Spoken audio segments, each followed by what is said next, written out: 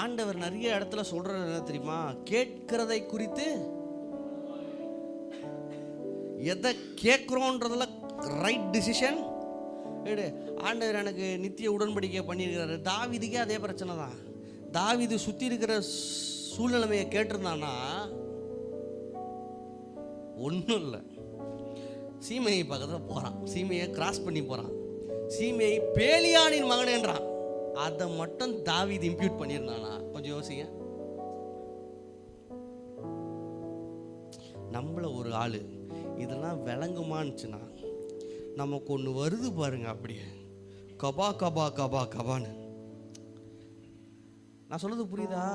எவன் பேசுகிற பேச்சும் உன்னை டிஸ்டர்ப் பண்ணக்கூடாதுன்றேன். உங்க ஆத்துமாவை அது டிஸ்டர்ப் பண்ண கூடாது. உனக்குள்ள இருக்கிறவர் யாருன்னு உனக்கு தெரியும். தாவீதுக்கு டைம் மட்டும்தான் சரியில்லை, ஆனா ஆண்டவர் கூட தான் இருக்காரு.